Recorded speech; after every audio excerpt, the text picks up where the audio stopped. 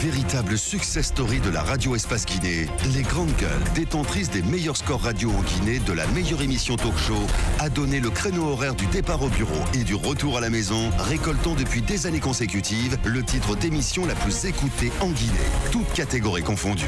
Un grand total de plus de 5 millions d'auditeurs ont été fidèles au talk show Les GG, diffusé jour après jour sur toutes les stations du réseau Adafo Média de 9h à 10h30, un exploit qui restera longtemps dans les annales de la bande FM en Guinée.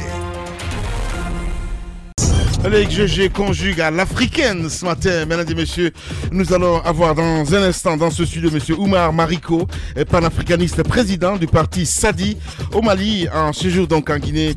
Dans un instant, nous allons l'avoir dans notre émission. L'Afrique donc face aux grands défis de la mondialisation, mais aussi des crises d'ordre sécuritaire et migratoire. La fragilité des États combinée à des récurrents problèmes de gouvernance font que les dirigeants africains peinent toujours à offrir des conditions de vie et des perspectives meilleures. En outre, les processus électoraux donc sur le continent, au lieu d'être des occasions pour meilleur ancrage de la démocratie, sont généralement source de tensions et de conflits parfois violents, il le dit Titi, qui mettent en péril la paix et l'unité des peuples. Comment expliquer cet état de fait?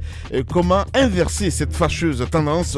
Monsieur Oumar Mariko, il faut le rappeler, panafricaniste, président du parti Sadi au Mali, il est notre invité ce matin dans les GG sur Radio Espace. On va continuer l'émission, mon cher Tamba, c'était à votre tour, hein, évidemment. Allez, on y va, avec l'analyse d'Ahmed, son enquête. On reprend donc naturellement avec ce compte-rendu d'enquête réalisé par Ahmed Kamara. Moi, j'ai envie de dire deux choses, bien simples. Premièrement, on parle quand même d'un département qui a, à lui, tout seul, auquel on a consacré toute une année. C'est le département de la justice. On a dit 2013, année de la justice. Non, Ahmed, je vais vous expliquer un peu ce qu'il y a. Ouais. En fait, il y a une déclaration d'intention, ou si vous voulez, de volonté politique. Il y a la volonté politique qui est engagée par le président de la République. Pour que cette volonté puisse avoir un effet, il faut que les cadres des départements conçoivent des actions et qu'ils trouvent la façon dont ces actions vont être financées. C'est cela le problème guinéen. Je pense qu'on n'a pas suffisamment... c'est vrai, il y a des cadres qui peuvent faire ce travail-là. J'ai envie même de faire un parallèle avec les 20 milliards dont on nous a parlé avec la Chine. J'ai envie de dire, vous allez voir que dans cette lancée-là, si l'on ne change pas notre façon de faire au sein de cette administration, même ces 20 milliards, on n'en verra même pas la couleur. Le président de la République a fait ce qu'il devait faire. C'est déclarer cette volonté politique, cette intention politique d'améliorer la justice guinéenne. Mais il faut quand même poser la question aux ministres qui se sont succédés là. Quelles ont été leurs actions pour que cette déclaration puisse porter? Parce qu'on a dit on veut consacrer 2013 à la justice. Est-ce qu'on a soumis des projets bancables? Est-ce qu'on a réfléchi à restructurer la justice? Est-ce qu'on a pensé à qualifier la façon dont la justice est rendue dans ce pays? Moi, j'ai envie de dire que ça, ce sont des questions qu'il faille poser. Maintenant, on se retrouve à parler de 100 millions. 100 millions sur une crise répétitive. Ce n'est pas que ça date d'aujourd'hui. Et c'est ce que je disais hier. Quand on est en face d'une situation qui se répète de ce genre, il ne faut pas simplement indexer le ministre Cheikh Sako, c'est pas ce que je fais. Mais il y a des cadres qui sont concernés. Si le ministre du Budget n'a pas voulu faire son travail et qu'on en soit venu là, c'est encore une fois la faute à l'impunité dans ce pays-là. Des cadres qui doivent faire leur travail ne le font pas et ça concourt à agenouiller tout le pays, le pays tout entier. Ça, c'est inacceptable et encore une fois, c'est la responsabilité de ceux qui sont à la tête. Merci Tamba. Dans un état où on a quand même fait, soi-disant, les états généraux de la justice et que les conclusions ne sont même pas mises en route, qu'on en vienne à un débat aussi nain de parler de 100 millions, etc., moi je ne suis pas d'accord. L'état de la nation dépend de notre justice. Je pense que le débat doit être supérieur à une question de distribution de riz, etc., jusqu'à ce que le ministre s'implique, que ce soit une affaire de presse, etc. Je pense que c'est pas ça le problème. Le problème, c'est évidemment le problème c'est ce que Moussa Moïse était en train de dicter tout à l'heure là. Alors, je veux dire, aujourd'hui, moi je suis quand même déçu. Pas seulement de Maître Cheikh Sako, mais de la justice entière, comme toujours, comme pour leur dire, messieurs les justiciables, vous attendent, les justiciers, pardon, nous, on attend un débat plus que des questions de 100 millions, des questions de distribution de riz. Parce que dans notre pays, il y a la manière dont la justice qui est rendue, tout le monde le sait. Il y a le fait que notre justice est foncièrement malade. Malade, complètement malade. Une justice politique, une justice assujettie à l'exécutif. Je vais vous donner un exemple. L'exemple, c'est quoi? C'est qu'il y a eu l'interview d'Abakar Souma la semaine dernière. Je ne sais pas si c'était chez nous, mais en tout cas, je l'écoutais à la radio, où il a dit « Monsieur le Président de la République a appelé le procureur pour lui demander de suspendre, je ne sais pas, de surseoir la procédure contre moi, de convocation contre moi. » Mais ça, c'est une injonction directe de l'exécutif dans le judiciaire. On n'en a pas parlé. C'est passé tranquillement. Tout le monde a fermé les oreilles dans un pays où, quand il y a un acte pareil, on se soulève, on dénonce. Parce que ça prouve avec éloquence que notre justice est orientée, que notre justice est assujettie à l'exécutif. Et alors, vous venez me parler de sac de riz, vous voulez me parler de 100 millions. C'est trop petit comme débat, Maître Cheikh Sako. Relevez le niveau de débat. Faites en sorte que notre justice soit flamboyante. Faites en sorte que les Guinéens, que les assises soient tenues dans les règles et dans les normes à date. À ce moment-là, nous applaudirons. Mais nous, on ne va pas vous applaudir pour des questions de sac de riz de 100 millions. Même lui-même, Maître Cheikh Sako, lui seul, il peut payer les 100 millions. Allez-y, madame. C'est pas à lui de le faire. C'est un exemple que je dis. C'est pour vous dire. Non, c'est juste pour vous dire.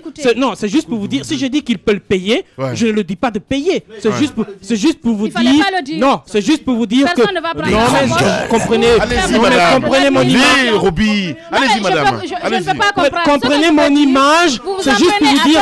Non, c'est pour vous dire que c'est petit comme débat. C'est tout. Vous vous en prenez à. C'est pas petit parce que l'administration pénitentiaire est restée bloquée pendant combien de temps? Il n'y a pas eu de procès, par exemple. Moussa Moïse a passé toute une journée là-bas. Il est dans son rôle de polémiste, il faut le comprendre. C'est aussi simple que ça. Allez-y. Ce que je voudrais dire, il ne suffit pas de parler. Il y a tellement de beaux discours qui se tiennent.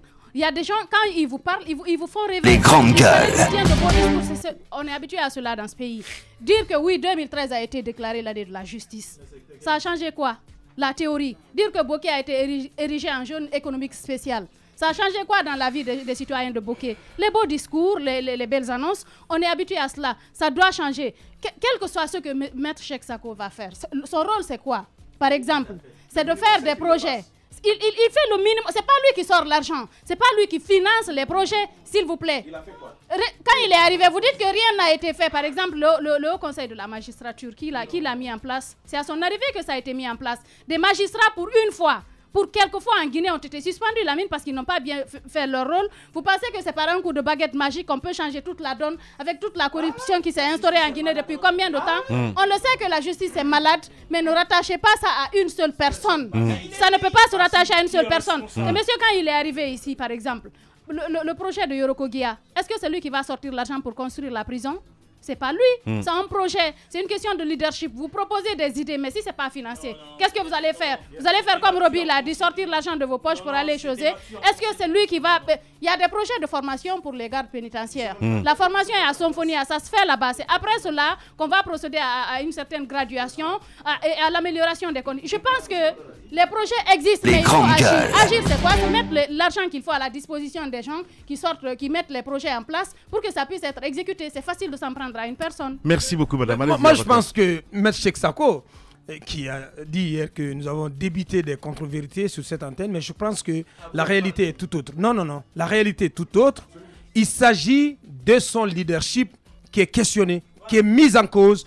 Parce que pour ma part, s'il avait un leadership vainqueur, un leadership vraiment qui s'affirme, un leadership gagnant et éclairé, je pense qu'il aurait il aurait commencé à trouver un début de réponse à ces questions. La question de la prison de Yoro Kogia, on n'a pas demandé à M. Cheikh Sako de prendre l'argent de sa poche ou de son budget. Il a structuré un projet avec une société espagnole, ça n'a pas marché.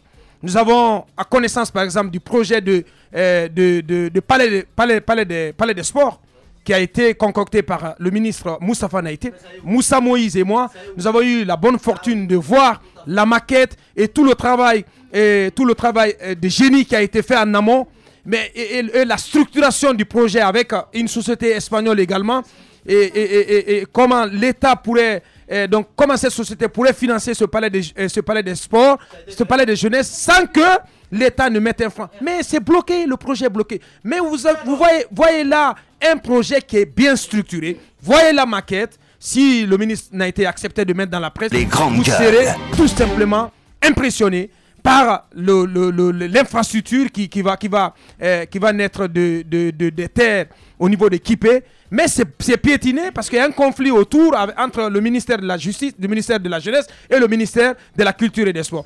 À un moment donné, on était pratiquement à un début de solution avec Sia Kabari, mais après, apparemment, la machine est à nouveau grippée. On parle de question de ravitaillement. Bon sang de Dieu. Quand on me dit que le ministre s'est heurté à des difficultés parce qu'il a écrit à son homologue du budget, il n'a pas eu de réponse. Et entre-temps, il s'est rabattu sur son collègue du ministère de la Défense.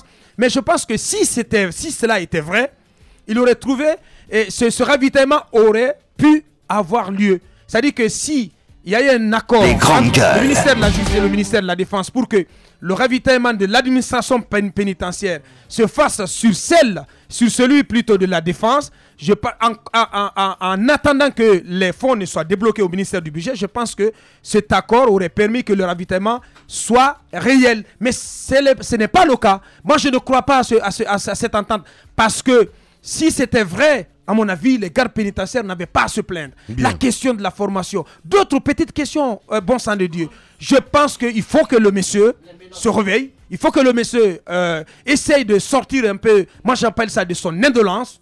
Il est un peu tombé dans le système. On ne fait pas des critiques pour critiquer et on doit le faire. C'est notre travail. Il faut qu'il se réveille. Il faut que notre justice se réveille. Voilà, il est 10h15.